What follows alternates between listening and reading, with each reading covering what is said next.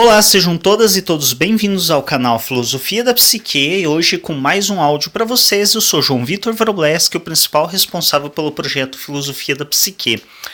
E hoje vamos falar um pouco a respeito do inconsciente freudiano. Então eu já tratei desse tema em vários outros vídeos do canal, até mesmo porque falar de psicanálise sem falar de inconsciente é algo que não tem muita consistência e que não se sustenta. Se falamos de psicanálise, estamos basicamente tratando do inconsciente. Seja o inconsciente freudiano, da forma como foi preconizado, iniciado por Freud, ou seja, posteriormente, as outras visões que se vai tendo do inconsciente, até inclusive o Lacan, que traz alguns avanços na compreensão do inconsciente, trazendo principalmente a questão do inconsciente ser estruturado como uma linguagem. Inclusive essa afirmação é um pouco confusa de início, ao menos para mim foi, porque sabemos que no inconsciente a linguagem em si não existe. O inconsciente ele é algo mais da ordem do real, é algo que não nos é acessível justamente porque não cabe nele a linguagem. E aí quando a gente fala nisso que Lacan traz do inconsciente organizado como linguagem, fica um pouco estranho de como assim é organizado como uma linguagem. Mas lembremos, ele não diz que o inconsciente tem linguagem, mas sim que o inconsciente é organizado como uma linguagem. Porque assim como a linguagem ela faz associações entre as palavras, faz ligação de significante com significado, assim como a linguagem se estrutura, o inconsciente também encontra a sua estruturação, encontra os significados para os conteúdos, então reorganiza esses conteúdos e assimila eles a outras coisas que lhes parecem semelhantes. É nesse sentido que o Lacan traz. Mas retornando a Freud, vamos tentar entender um pouco como que surge essa ideia do inconsciente para Freud, porque dentre algumas interpretações leigas e apressadas que se faz, muitas vezes se acredita que o inconsciente por Freud foi algo que surgiu do nada, algo que ele resolveu simplesmente chamar de inconsciente, ou muitas vezes as pessoas realmente simplesmente não entendem como que isso surgiu.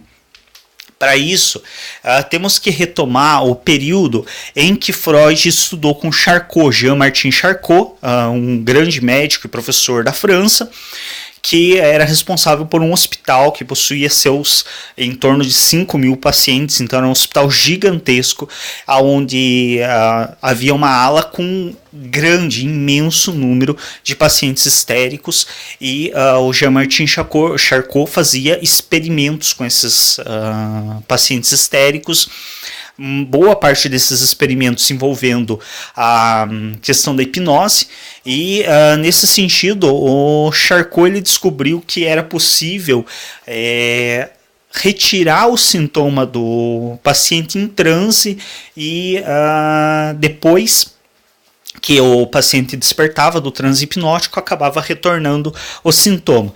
Mas isso já deu para Freud uma certa noção de que existia alguma coisa ali que era desconhecido do paciente. Então, quando o Martin Charcot faz esses experimentos com os pacientes, ele dá uma certa noção de que, bom, se o paciente melhora no transe hipnótico e depois retoma o sintoma, então há algo ali que faz com que é desconhecido desse paciente e que faz com que o sintoma se origine. E isso fica mais claro para o Freud quando ele discute com Breuer a respeito do caso Ana O.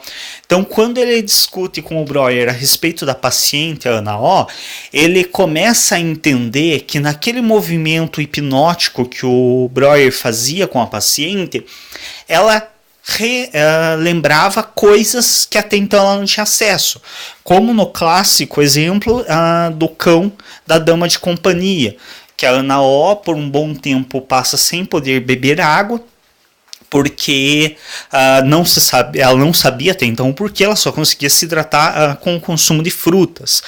E em determinado momento o Breuer realiza um transe hipnótico com ela, E ela se recorda e fala pro Breuer que em dado momento ela viu o cão da dama de companhia dela bebendo água de um copo da casa, que estava no chão, e o cão acabou indo e bebendo a água direto do copo. E isso deixou ela extremamente enojada com a situação, mas ela não pôde falar nada a respeito para a dama de companhia por educação, por recato, ela acabou não falando nada. Isso foi recalcado, ela se esqueceu dessa cena e o afeto foi manifestado em sintoma, onde ela não podia beber água mais, não conseguia mais beber água mesmo precisando se hidratar. E quando ela revela isso, o Breuer pede que traga um copo de água para ela e ela desperta do transe e bebe a água. Esse movimento demonstra para Freud que então essa cena do cão bebendo água estava em algum lugar porque isso não foi dito pelo Breuer. Ninguém falou para ela durante o transe hipnótico, olha, aconteceu isso, ou você vai falar que aconteceu. Não. Ele hipnotizou ela e ela falou isso, que até então ela não se recordava. Ela não sabia o porquê que ela não podia beber água. E aí o que o Freud percebe com isso? Que então existe algo alheio à consciência.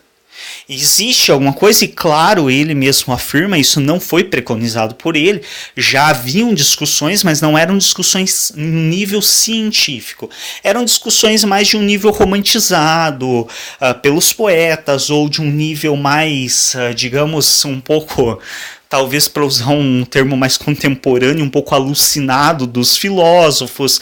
Era uma coisa com menos credibilidade científica, que se tinha já uma visão sim de que havia algo alheio à consciência. Mas até então isso não era visível de maneira científica como se torna nos casos que Freud começa a estudar. Então ele começa a perceber no ocasional em outros que há algo que escapa à consciência. Há algo no sujeito que está nele, porque ninguém sugeriu para Ana que ela tinha visto o cão bebendo água, ninguém disse isso a ela, então essa informação veio dela. Mas que ela não tinha acesso a essa informação até então. Então existem algumas informações que estão no sujeito, mas que ele não tem acesso a essas informações, ou seja, está alheio à consciência dele. Se estivesse na consciência, ele saberia dizer a respeito dessas informações.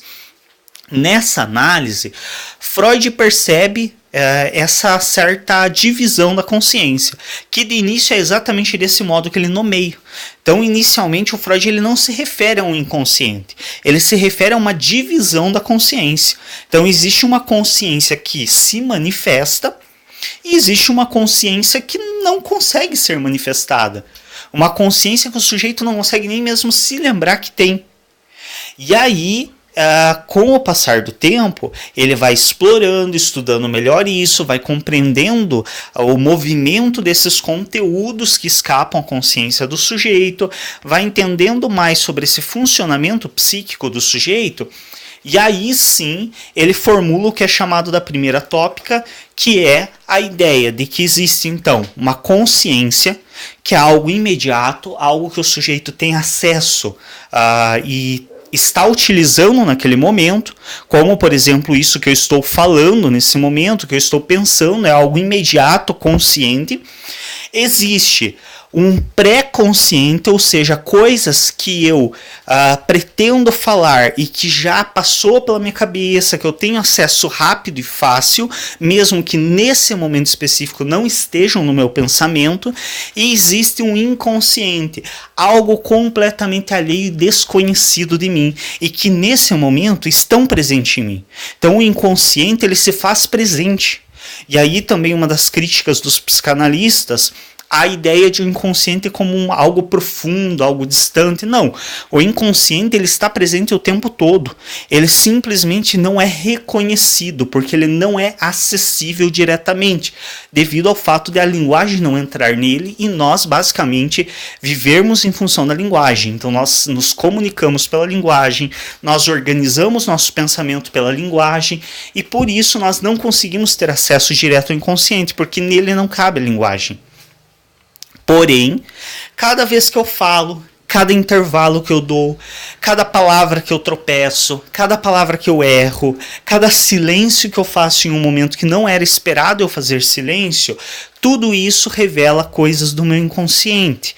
E isso é diário, que é outra questão também que às vezes se engana na psicanálise, de pensar-se que só no consultório psicanalítico que o inconsciente se manifesta, que só no consultório psicanalítico acontecem os atos falhos, que só no consultório psicanalítico acontece a transferência. Não. Isso são conceitos que definem o funcionamento psíquico do ser humano. E nós funcionamos psiquicamente o tempo todo. Portanto, atos falhos acontecem no nosso dia a dia. A transferência acontece com outras pessoas no nosso dia a dia.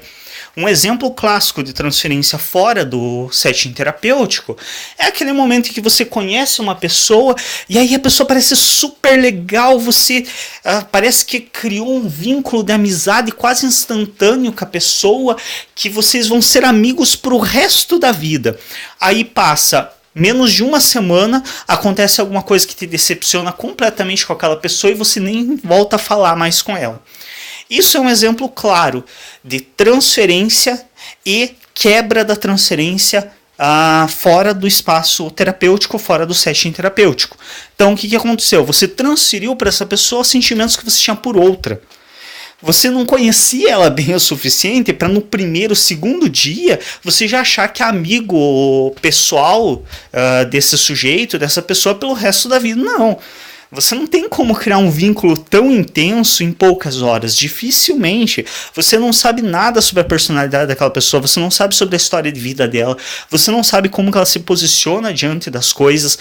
A única coisa que faz você criar esse vínculo imediato e tão intenso é a transferência. Você transferiu para ela sentimentos que você tem por outra pessoa. Muitas vezes essa pessoa, por exemplo, faz coisas que te fazem se identificar com a tua mãe, se identificar com uma outra figura da tua vida que foi muito importante na tua história e por isso você cria esse vínculo tão intenso. Mas assim que a tua fantasia é quebrada e que você se depara com a realidade de que essa pessoa não é aquela para quem você de fato tem esses sentimentos, a transferência acaba e você logo se decepciona e aí muitas vezes se afasta da pessoa, às vezes inclusive nem consegue voltar a conversar com ela, dado o quanto é decepcionante para você essa quebra de transferência. Então esses conceitos todos da psicanálise, mecanismos de defesa, consciência, pré-consciência e inconsciente, tudo isso são coisas que acontecem no nosso dia a dia. Espero que esse áudio tenha, isso é um ato falho e isso diz no meu inconsciente, inclusive porque eu estava pensando em gravar um vídeo a respeito desse assunto e não um áudio, mas realmente o vídeo tem sido bem complicado para mim, porque eu acabo levando o dia todo entre gravar, editar e subir o vídeo pro YouTube.